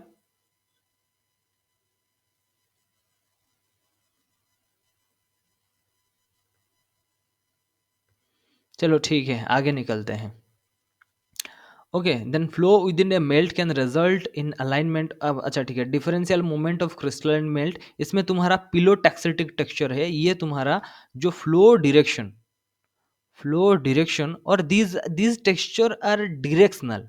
डिरेक्शनल मीन्स कहाँ पर तुम्हारा मूवमेंट हुआ है वो दिखाएंगे। जैसे कि हम सेडिमेंट्री में पढ़ते हैं पालियो करेंट इंडिकेटर्स, तो ये वाला जो पिलोटैक्सिटिक टेक्सचर और फ्लेटी, ये जो है ये तुम्हारा, और फ्लो बैंडिंग, किस डायरेक्शन में तुम्हारा फ्लो हुआ है, मतलब इनसाइड द मैग्मा चैम्बर, ये जो differential moment and moment of crystal and melt, these are directional in nature. ठीक है, कहाँ पर किस डायरेक्शन में मूवमेंट हुआ था वो बता पाएंगे। ओके, तो ये तुम्हारा ग्लोमेरो कुमुलो, ये सब तुम्हारा एक एक डिफरेंट डिफरेंट टेक्सचर है। तो यहाँ पर ग्लोमेरोपर्फिरिटिक टेक्सचर और कुमुलोफिरिक टेक्सचर, हाइलोपिलिटिक टेक्सचर, पिलोटैक्सिटिक, विट्रोफिरिक, ये जो टेक्सचर है इसके बारे में मैं लास्ट में एक ब्लैंक पेज में कुछ डायग्राम बना के दिखा दूंगा। ठीक है, अभी ये सब चीज तुम लोगों को पढ़ना है। ये cumulate texture, it is very important. Cumulate texture is very important. This is related to, or considered to accumulate by sinking or floating due to density contrast with the liquid. This cumulate texture, इसको हम gravity settling भी बोल सकते हैं। Gravity settling भी बोल सकते हैं, क्योंकि यहाँ पे जो तुम्हारा मिनरल्स बनेंगे, those minerals they will be just go down. Okay, and this going down और the sinking process is nothing but the only result of your density difference or density contrast between the liquids, because we are considering the only the solid melt system. Okay, तो जो interstitial spaces होंगे उस interstitial spaces में भी आएंगे। ठीक है, ये सब और उसके बेसिस में तुम्हारा ऑर्थोकुमुलेट, एडकुमुलेट, ये सब चीजें हैं। यहाँ पर तुम्हारा एग्जाम्पल भी दिया हुआ होगा, देखो देखो, add cumulate minerals in liquid, orthocumulate, add cumulate and poikilitic. Poikilitic में क्या होता है, ये जो तुम्हारा इंटरस्टिशियल स्पेसेस पूरा फिलअप हो जाएगा। फिलअप हो जाएगा इन द सेंस यहाँ पर भी तुम्हारा छोटा छोटा इंक्लूजन यहाँ पे रहेंगे दूसरे मिनरल्स का। आर्ड कुमुलेट में क्या होगा, देखो आर्ड कुमुलेट में जो तुम्हारा बाहर जो तुम्हारा इंटरस्टिशियल स्पेसेस था एंड तुम्हारा जो अंदर जो तुम्हारा मतलब जो भी मतलब मिनरल फॉर्म हो रहा है उसके बीच में एक जोन बनेगा। ठीक है, ये अंदर जाएगा ये बाहर आएगा, तो इन दोनों के बीच में एक जोन बन जाएगा। तो ये जहां पर बनेगा इसको बोलेंगे आर्ड कुमुलेट। ऑर्थोकुमुलेट में अभी जोन बनना स्टार्ट होगा। एंड अक्युमुलेटेड मिनरल में तुम्हारा लिक्विड और जो तुम्हारा interstitial spaces and the mineral grain के बीच में कोई ऐसा इंटर रिलेशनशिप नहीं है। Only the boundary is there but no such reaction is happening. Orthocumulate में कुछ रिएक्शन होगा, आर्डकुमुलेट में रिएक्शन प्रोमिनेंट होगा। एंड पोइक्लेटिक में जो तुम्हारा हेटेरो आर्डकुमुलेट है, देन उसमें क्या होगा कि जो तुम्हारा इंटरस्टिशियल जो लिक्विड है वो सारा का सारा मैक्सिमम सॉलिड बन जाएगा। ठीक है, यही वाला चीज यहाँ पे लिखा हुआ है जो तुम्हारा ऑर्थोकुमुलेट। देखो, growth of the early minerals together with formation of other later forming minerals in the interstitial space, this is called orthocumulate texture. If the interstitial liquid can escape and exchange material through diffusion, okay, with the liquid of the main chamber, then the early forming cumulate minerals may continue to grow as rejected components of the interstitial liquid escape. Okay, this is called adcumulate texture. तो इन दोनों के बीच में जो तुम्हारा crystal है और बाहर तुम्हारा जो इंटरस्टिशियल लिक्विड है, इफ इन दोनों के बीच में कुछ रिएक्शन मटेरियल एक्सचेंज हो रहा है ड्यू टू डिफ्यूजन और some any other kind of mechanism, then उसको हम बोलेंगे एडकुमुलेट। ठीक है, उसके बाद ये सिंपल पॉलीगोनल टेक्सचर है, ये पढ़ लेना है, ज़्यादा कुछ है नहीं। And poikilitic texture simple, porphyritic texture में भी पोइक्लिटिक टेक्सचर हम बताए थे वहाँ पे, ठीक है। यहाँ पे और एक चीज देख लो, it is this considered to be a type of adcumulate phenomenon and it is term heteroadcumulate. Finally, mesocumulate is a term applied to cumulate texture that are intermediate between ortho and adcumulate. तो important तुम्हारा ऑर्थोकुमुलेट है and एडकुमुलेट है। ऑर्थोकुमुलेट में क्या है difference, क्या है ऑर्थोकुमुलेट and एडकुमुलेट में? ऑर्थोकुमुलेट में क्या होता है कि तुम्हारा जो मिनरल का ग्रेन एंड इसका जो इंटरस्टिशियल है, इन दोनों के बीच में कोई मटेरियल एक्सचेंज नहीं होता है। एडकुमुलेट में मटेरियल एक्सचेंज होता है, ठीक है। और इन दोनों के बीच में जो इंटरमीडिएट आएगा उसको हम मेसोकुमुलेट भी बोल सकते हैं। और प्राइमरी ट्यूनिंग उसके बाद आएगा। Primary tuning, tuning is nothing but a intergrowth of two or more orientation, ठीक है। Tuning, this is also one disturbances to the equilibrium condition, okay. Tuning is also actually a result of disequilibrium, or this is basically the disturbance inside the mineral structure, okay.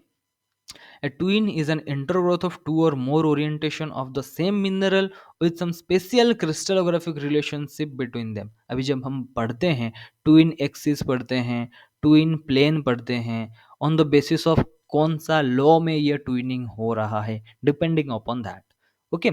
Twinning is basically the like symmetrical intergrowth of two or more minerals, okay. More minerals or crystals, that is basically twinning, okay. यहाँ पर देखो, nucleation error of twin oriented domains is probably the predominant process involved in primary twinning. अभी जो तुम्हारा nucleation हो रहा है, ठीक है, न्यूक्लिएशन हो रहा है, जैसे कि यहाँ पर एक मिनरल का न्यूक्लिएशन हो गया, वहीं पर और एक दूसरा एक न्यूक्लिएशन मिनरल का न्यूक्लिएशन हो गया, then they will try to grow. और इन दोनों का अगर ग्रोथ सेम होता है, देन ये जो बीच में जो तुम्हारा प्लेन बनेगा, दैट प्लेन में be act as a twin plane, क्योंकि सिमेट्रिकल ग्रोथ इस साइड भी होगा, सिमेट्रिकल ग्रोथ इस साइड भी होगा। So this might be the formation of this twinning may be the result of your error और एररनेस न्यूक्लिएशन, ठीक है। प्राइमरी ट्विनिंग यही होता है। Repetitive albite twinning is also believe to result from nucleation error during growth. Albite जो तुम्हारा जो twinning देता है, अल्बाइट कैसा ट्विनिंग देता है? सिंपल ट्विनिंग देता है, सिंपल ट्विनिंग है कि नहीं, सिंपल ट्विनिंग अल्बाइट देता है, that is also considered to be the result of nucleation error. और ये जो प्राइमरी ट्विनिंग जो है ना, न्यूक्लिएशन एरर होने के बाद, न्यूक्लिएशन एरर होने के बाद जो रेट ऑफ ग्रोथ है, this growth should be symmetrical in both direction, otherwise वो बीच में जो प्लेन रहेगा ना, वो plane that will not be considered to be a twin plane, ठीक है। वोल्केनिक टेक्सचर में खुद खुद पढ़ लेना है, बहुत ज़्यादा इंपॉर्टेंट नहीं है, ठीक है। जो तुम्हारा माइक्रोलाइट्स है, ग्राउंड मैस है, क्रिस्टलाइट्स है, माइक्रोलाइट्स बहुत छोटे छोटे होंगे, क्रिस्टलाइट्स क्रिस्टल जैसे होंगे, ठीक है। तो ये जो तुम्हारा है, this texture volcanic texture, these are the texture resulted from the volcanic eruptions, okay. यहाँ पे ओफिटिक, सबओफिटिक, इंटरग्रानुलर, इंटरस्टिशियल, हाइलोओफिटिक, हाइलोपिलेटिक, ट्रैकेट, ट्रैकेट जो टेक्सचर है, ट्रैकेटिक जो टेक्सचर है, this is also directional, direction दिखाएगा कहीं पर। अभी जैसे वोल्केनिक इरप्शन हो गया है, यहाँ पे देखते हैं, अभी तुम्हारा एक वोल्केनिक इरप्शन हो गया है, इरप्शन होने के बाद if it is actually a flow, if it is actually a flow, जो तुम्हारा पायरोक्लास्टिक मटेरियल आ रहा है, if it is flowing, then इसमें जो तुम्हारा टेक्सचर बनेगा, ये जो फ्लो टेक्सचर बनेगा, इसको हम ट्रैकेटिक टेक्सचर भी बोल सकते हैं। एंड फाइनली जो ऊपर जाके बनेगा, if it is very explosive, ऊपर जाके जो बनेगा, that is different in case, वहां पे क्वेंचिंग फ्वेंचिंग बहुत ज्यादा हो जाएगा, ठीक है। This is volcanic texture, this is pyroclastic texture. Pyroclastic, pyroclastic क्या है? ये जो वोल्केनिक इरप्शन में जो तुम्हारा मटेरियल जो आउट होता है from the vent of this volcano, these are called pyroclastic materials. और this pyroclastic rocks are fragmental, produced by explosive volcanic activity. तो उसका जो फ्लो होता है उसको पायरोक्लास्ट और टेफ्रा बोलते हैं। टेफ्रा इज इंपॉर्टेंट, इसको नोट डाउन कर लो, टेफ्रा इज इंपॉर्टेंट, ठीक है। तो ये देखो, यूटैक्सिटिक टेक्सचर एंड फियामी, ये दोनों तो इम्पोर्टेंट है, ठीक है। यहाँ पर देखो, थोड़ा पढ़ लेते हैं। The ash component of pyroclast is typically a mixture of pulverized rock and primary glass. ठीक है, जो तुम्हारा वोल्केनिज्म, ये जो मतलब मटेरियल्स आ रहा है, पायरोक्लास्टिक मटेरियल जो आ रहा है, तो इसमें क्या क्या है, इसमें पल्वेराइज्ड रॉक। पल्वेराइज्ड रॉक मतलब तो पाउडर हो गया, बहुत ही crushed rock. Pulverized rock means crushed rock, rock सारा का सारा क्रॉस्ड हो गया है। ठीक है, एंड प्राइमरी ग्लास, ग्लास क्यों है, because it is not getting sufficient time to cool. बहुत ही फास्ट कूलिंग अगर होगा तो वहां पे ग्लास फॉर्मेशन हो जाएगा। ठीक है, तो ये तो उसका पार्ट है। The vesicles in pumice expand rapidly upon explosive eruption and are usually destroyed. ठीक है, because this sets are commonly warm in pyroclastic flow, they deform in ductile fashion and fold over to shape indicated on the right figure. अच्छा ठीक है, this type of bending, okay, and other structure caused by compression and deformation resulting from settling in hot ash accumulations are collectively referred to as eutaxitic texture. So this eutaxitic texture is a pyroclastic texture.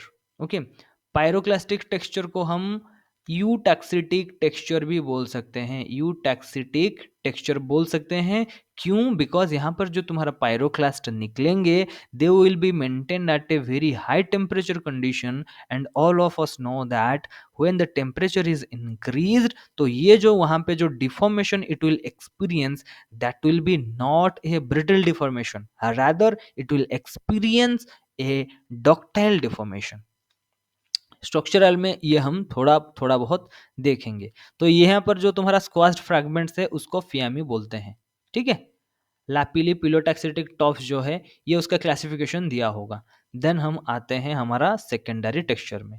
ये हम में भी बहुत सारे बच्चे शायद अभी नहीं हैं, तो इसको हम नेक्स्ट क्लास में कवर अप करेंगे। प्राइमरी टेक्सचर के बाद ये जो हमारा सेकेंडरी टेक्सचर है, सेकेंडरी टेक्सचर बहुत ही इंपॉर्टेंट है। वहाँ पे ऑटोमेटामॉर्फिक टेक्सचर, ऑटोमेटामॉर्फिज्म क्या है, ओस्टवार्ड रिपेनिंग, यहाँ ये कभी कभी एग्जाम में आता है।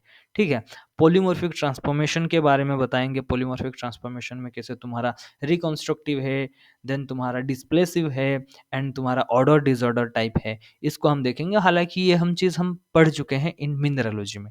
एंड सेकेंडरी ट्विनिंग में जो तुम्हारा ट्रांसफॉर्मेशन ट्विन है, टाटा twinning in microcline, these are considered to be, ये देखो 2.2 है, ये जो 2 क्या है, ये 2 बेसिकली है तुम्हारा सेकेंडरी टेक्सचर।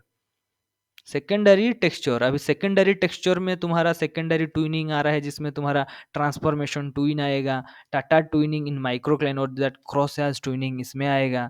ठीक है, ये सब डिफॉर्मेशन ट्विन आएगा। और तुम्हारा जैसे कि इसको भी बता सकते हैं, जो तुम क्वार्ज में जो होता है ना, क्वार्ज में जो डिफॉर्मेशनल ट्यूनिंग होता है, oscillatory zoning, zoning oscillatory zoning, this is also one example of your secondary texture. देखो यहाँ पे एक सॉल्यूशन टेक्सचर भी सेकेंडरी है, because these are post crystallization texture.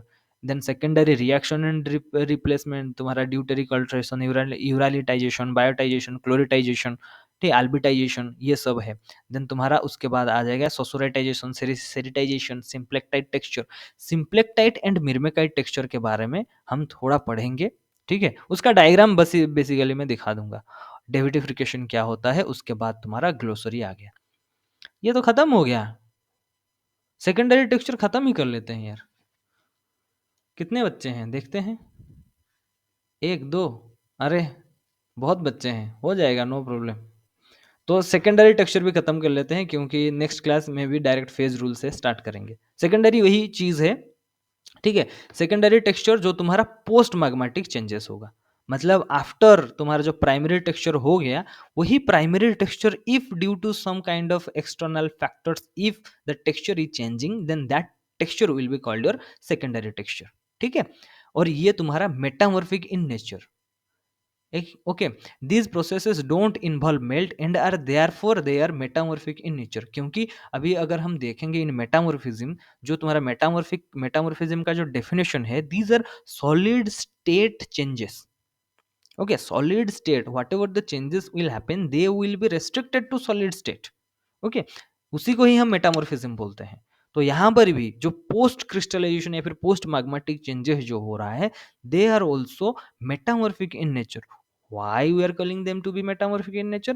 Because they are the post, okay, the whatever the like changes are happening, they are involved in solid state, okay. Melt यहाँ पर होता नहीं है, सिर्फ सॉलिड में होता है, दैट्स वाई ये तुम्हारा मेटामॉर्फिक इन नेचर भी बोल सकते हैं, ठीक है। यहाँ पर देखो, solid state processes that occur as a result of igneous heat are called autometamorphic and are covered in this section. ये तुम्हारा ऑटोमेटामॉर्फिक टेक्सचर भी बोल सकते हैं। अनयलिंग और ओस्टवर्ड रिपेनिंग इज ए प्रोसेस ऑफ अनयलिंग और textural maturing of crystal in a static environment, ठीक है। जहां पर क्या होता है कि स्टैटिक एंड डायनामिक, स्टैटिक में जो तुम्हारा टेम्परेचर चेंज हो नहीं रहा है, मतलब हो रहा है बट टेम्परेचर बंद हो गया है, ठीक है। ये ओस्टर रिपेनिंग और अनयलिंग, अनयलिंग क्या होता है, जो तुम्हारा कहीं पर एक मेटामॉर्फिज्म हो गया है या फिर टेम्परेचर का यहाँ पे अभी रोल कुछ है नहीं, जितना आना था आ गया है, बट अभी इसके बीच में जो तुम्हारा टेम्परेचर कैसे डिस्ट्रीब्यूट हुआ है, नाउ द ये जो अंदर जो टेम्परेचर है they play a great role in annealing, ठीक है। अभी टेम्परेचर बाहर से, अभी टेम्परेचर इनपुट होना बंद हो गया है, but whatever temperature inside, whatever the temperature present inside mineral grain के अंदर, जो जो तुम्हारा टेम्परेचर अभी अवेलेबल है, those temperature will just cause some kind of deformation और some kind of changes, this is called your annealing, ठीक है। अनयलिंग वही वाला चीज, भुवन भैया यही अनयलिंग है ना?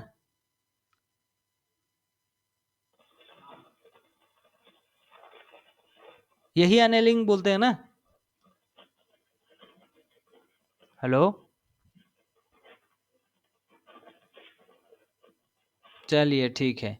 देन उसके बाद अन्य लिंक के बाद ये सब पढ़ना है। पॉलीमॉर्फिक ट्रांसफॉर्मेशन, पॉलीमॉर्फिक ट्रांसफॉर्मेशन में अभी जो हमारा जो 11 एंड 12, 11 या फिर 12 को जो मैं मिनरलोजी का एग्जाम करूंगा, क्रिस्टलोग्राफी प्लस ऑफ मिनरलोजी का एग्जाम करूंगा, उसमें से ये पॉलीमॉर्फिक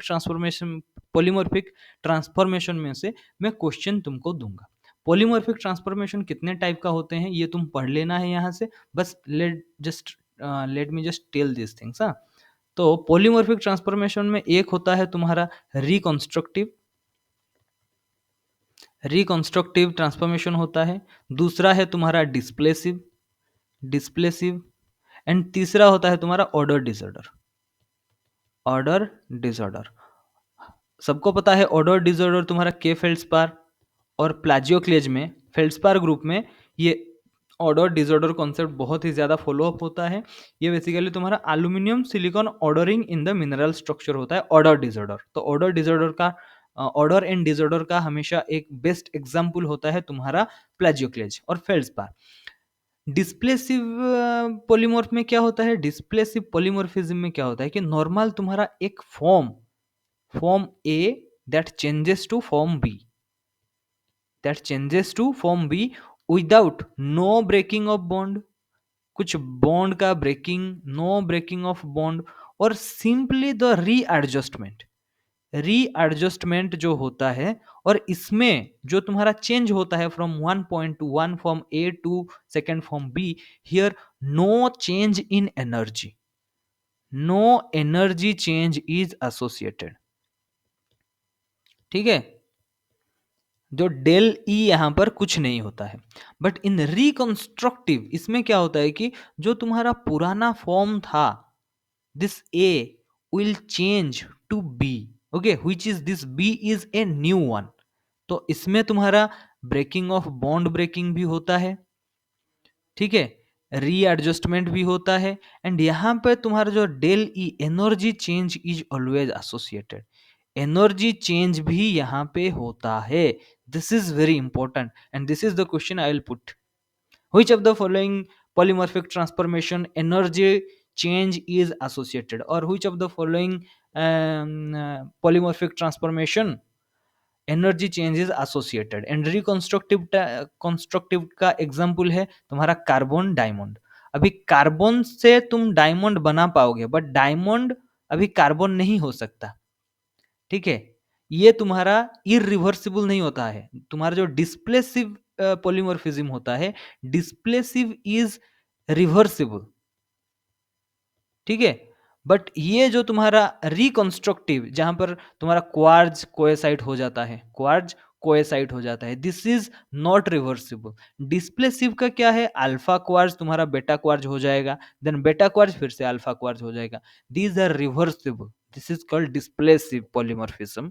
एंड रिकंस्ट्रक्टिव पॉलीमॉर्फिज्म वो है तुम्हारा कार्बन एंड डायमंड, ठीक है। एंड ऑर्डर डिसऑर्डर जो तुम्हारा पॉलीमॉर्फिज्म है, दीज आर बेसिकली, ये जो ऑर्डर डिसऑर्डर है ना, this is basically ordering, or where this particular elements will just go into the mineral structure, कौन सा स्ट्रक्चर में जाएंगे, एंड डिपेंडिंग अपॉन दैट वो स्ट्रक्चर आइदर फुल्ली ऑर्डर्ड है या फिर डिसऑर्डर्ड है, डिपेंडिंग अपॉन दैट ये order disorder polymorphic transfer, order disorder polymorphism जो है काम करता है, ठीक है। इसका कॉन्सेप्ट यही है। एंड के feldspar is the best example for order disorder polymorphism. यही वाला तुम देख लेना, स्यूडोमॉर्फिज्म, स्यूडो मीन्स फॉल्स, स्यूडो का मतलब क्या है, स्यूडो, स्यूडो का मतलब है फॉल्स, खत्म, ठीक है। उसके बाद सेकेंडरी ट्विनिंग, सेकेंडरी ट्विनिंग ये भी तुम्हारा पोस्ट मैग्मेटिक, हमेशा याद रहना post magmatic secondary twinning. Secondary twinning में तुम्हारा ट्रांसफॉर्मेशन ट्विन आता है, जैसे कि क्वार्ज में तुम्हारा ट्रांसफॉर्मेशन ट्विन आ जाएगा, ठीक है। A high temperature structure have more vibrational energy, they generally exhibit a higher degree of symmetry than low temperature alternative because symmetry is lowered with cooling। ये बहुत ही ज्यादा इंपॉर्टेंट चीज है, symmetry is lowered with cooling। यहाँ पर जो तुम्हारा Tata twinning है या फिर तुम्हारा फेल्ड्सपर विथ कार्लसबैड ट्विन, ठीक है, ये सब तुम्हारा, ये देखो क्रॉसियस twinning, these are result of your, these are secondary twinning, ठीक है। ये तुम्हारा डिफॉर्मेशन ट्विनिंग जो होगा, क्वार्ज में जो तुम्हारा cyclic twin in quartz and olivine are other examples of transformation twins, ठीक है। These are this transformation twins और cyclic twins, these are example of your secondary twinning, और these are the texture related to your secondary texture, okay. Deformation twin, quartz में तुम्हारा deformation twin आएगा, ठीक है। Then एक्सोल्यूशन के बारे में हम बताए थे पूरा directly, exsolution, these are solid state differentiation, इसको क्या बोलते हैं, सॉलिड स्टेट डिफरेंशिएशन, ओके। जैसे कि हम बताए थे, ये अगर तुम्हारा एक डायग्राम है जिसमें इफ वी आर कंसिडरिंग एक सॉल्यूशन, सब सॉल्वर्स जब देते हैं, यहाँ पे जो बनता है, this is basically a solid. Now ये जो सॉलिड है, when this touches this solvus, then it just get separated into two different phases. So यहाँ पे जो सेपरेशन हो रहा है, that is basically happening in solid state, okay. Solid stage deformation, differentiation और सेपरेशन, दैट्स व्हाई ये जो एक्सोल्यूशन है, this is also one example of your secondary texture, okay. ये भी तुम्हारा एक secondary texture. And secondary texture में क्या आता है, देखो तुम्हारा पोर्थाइट, एंटीपोर्थाइट टेक्सचर जो है, these are secondary texture associated with plagioclase, okay. And तुम्हारा secondary reaction and replacement, secondary reaction and replacement में यूरालिटाइजेशन होता है, बायोटाइड बायोटाइटिजाइशन, जो बायोटाइजेशन जो भी है, क्लोरिटाइजेशन, ठीक है। ये बेसिकली सिर्फ अल्टरेशन है। और ये जो चीज है ना, यूरालिटाइजेशन, बायोटाइजेशन, क्लोरिटाइजेशन, क्लोरिटाइजेशन इज वेरी इंपॉर्टेंट, ठीक है। ये तुम्हारा क्लोरिटाइजेशन होने के बाद ससुरिटाइजेशन, आसरा प्लाजियोक्लेज टू एपिडोट, प्लाजियोक्लेज टू एपिडोट होगा तो ससुरेटाइजेशन जो भी है, ये तुम्हारा प्रोनाउंसिएशन है। Chloritization, alteration of mafic minerals to chloride, ठीक है। Biotitization, process of hydro or deuteric alteration that produces biotite, biotite जो फॉर्म करेगा, देन उसको बायोटाइजेशन बोलेंगे। यूरालिटाइजेशन उसको बोलेंगे, ये एक क्या बनेगा, पायरोक्सिन इज कॉमन, एम्फीबोल जो बनेगा उसको यूरालिटाइजेशन बोलेंगे। एंड ये जो तुम्हारा ऑल्टरेशन जोन्स है ना, जो तुम्हारा ऑल्टरेशन प्रोडक्ट्स होते हैं, तो ये एक एक जोन बनाते हैं। नाउ दिस, ये जो ऑल्टरेशन जोन है, this alteration zones are very very very important for ore prospecting, ठीक है। ये तुम्हारा ऑल्टरेशन जोन हो गया या फिर डिस्पर्सन हैलोज हो गए, ये सब बहुत ही ज़्यादा यूज़ किया जाता है जब तुम्हारा, अभी जैसे कि रिमोट सेंसिंग को यूज़ कर रहे हैं फॉर मिनरल जोन आइडेंटिफिकेशन, और मिनरल जोनेशन मैप बनाने के लिए रिमोट सेंसिंग को यूज़ किया जाता है। एंड वहाँ पे ये जो तुम्हारा ऑल्टरेशन जोन हो गया या फिर कोई मतलब ऑल्टरेशन जोन या फिर डिस्पर्सन हैलोज जो बन गए हैं, those are like zones which have different characteristics from their surroundings, and depending upon this discrimination, then हम बोलते हैं कि यहाँ पे मिनरल प्रोस्पेक्ट बन सकता है.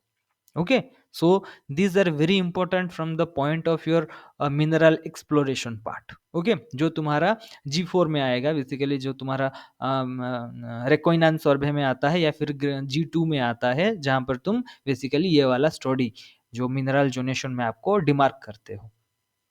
ठीक है, और उसमें तुम्हारा ये तुम्हारा सिंप्लेक्टाइट टेक्सचर, यहाँ पर देखो, symplectite is a term applied to fine grained intergrowth resulting from combined growth of two or more minerals in replace of another mineral. ये है तुम्हारा symplectite. Myrmekite texture, this is the intergrowth of dendritic quartz, और इसको vermicular quartz भी बोलते हैं, in a single crystal of plagioclase. ठीक है, मिर्मेकाइट टेक्सचर इज इंपॉर्टेंट, बहुत ही ज्यादा इंपॉर्टेंट है, बिकॉज ये एग्जाम में आता ही रहता है.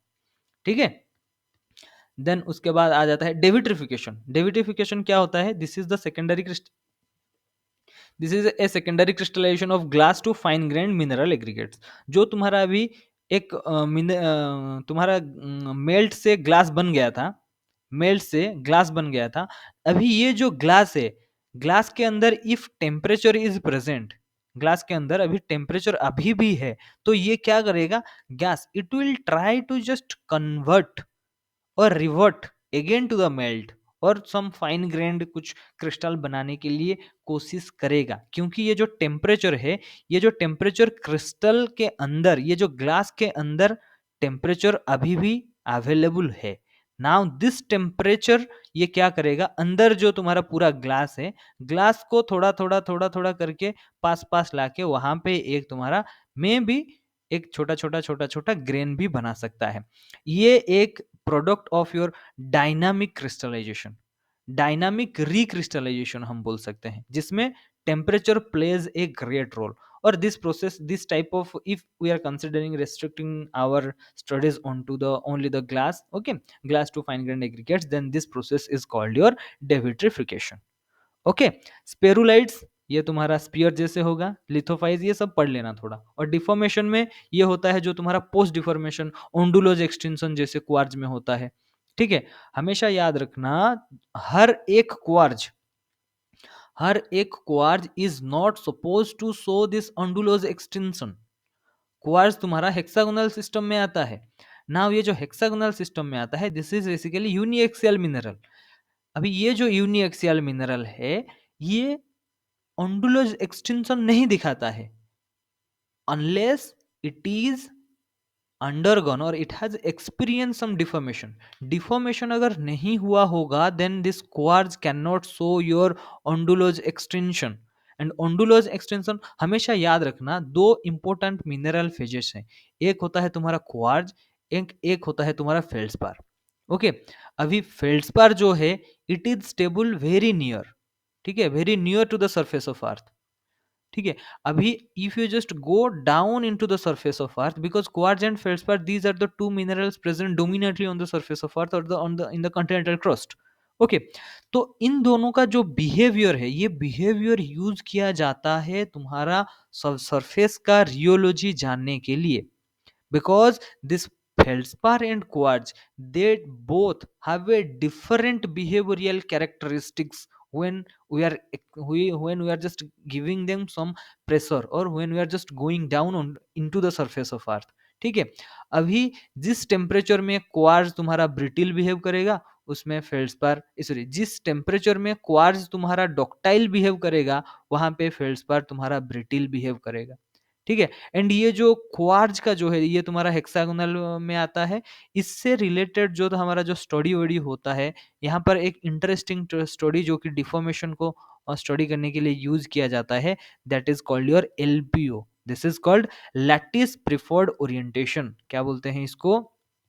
Lattice preferred orientation. तो ये जो एलपीओ स्टडी करने से हमें पता चल जाएगा कि the deformation, whatever the deformation that has just occurred on to this quartz grain, whether this deformation, what type of deformation it is, whether it is pure shear or whether it is simple shear. तो ये जो LPO में जो तुम lattice preferred orientation में जो तुम quartz का जो ग्रिडल बनाओगे, ठीक है, उसका जो ग्रिडल बनाओगे, ठीक है, माइक्रोस्कोप में देखोगे तो इसका जो ग्रिडल, depending upon this ग्रिडल size, it will inform us that whether it is pure shear और सिंपल shear. ओके, तो ये तुम्हारा क्वार्ट्ज एंड क्वार्ट्ज के लिए बताया जाता है. So these are the some common textural terms, बहुत ही इंपॉर्टेंट है क्रिस्टलिनिटी के ऊपर, ठीक है, ग्रेन साइज के ऊपर, पोर्फिरिटिक टेक्सचर. देन ये सबसे तुम्हारा इंपॉर्टेंट है सेरिएट टेक्सचर, ये सब देख लेना है. ये जो तुम्हारा इंटरग्रोथ टेक्सचर के बाद ये जो तुम्हारा रिप्लेसमेंट टेक्सचर है, this replacement texture is very important because these things I will be just telling, or I will be just considering these things again in ore geology when we will be considering the paper 3 part in ore exploration or mineral exploration. So I hope ये जो video है जितना लंबा है बहुत ही अच्छा है, ये सब लास्ट में ये सब थोड़ा देख लेना है. And last but not the least, यहाँ पर हमारा टेक्सचर खत्म होता है. And next class will be considering only क्या पढ़ेंगे, फेज रूल पढ़ेंगे. सो यहाँ पे मैं एक चीज बोलना चाहता हूँ दैट थैंक यू. और हमारा जो नेक्स्ट क्लास होगा, नेक्स्ट क्लास में हम क्या पढ़ेंगे, फेज रूल. फेज रूल पढ़ने से पहले थोड़ा थर्मोडायनामिक्स पढ़ेंगे, थर्मोडायनामिक्स, जहाँ पे हम बेसिकली पढ़ेंगे जी और तुम्हारा H S, entropy, enthalpy gives free energy, ये जो चीज़ है एक्टिविटी, एक्टिविटी कोफिशिएंट, इसके बारे में थोड़ा बहुत पढ़ेंगे. यहाँ पे थोड़े ट्रेस एलिमेंट को भी हम कंसिडर करेंगे that why this trace elements are important. So thank you very much.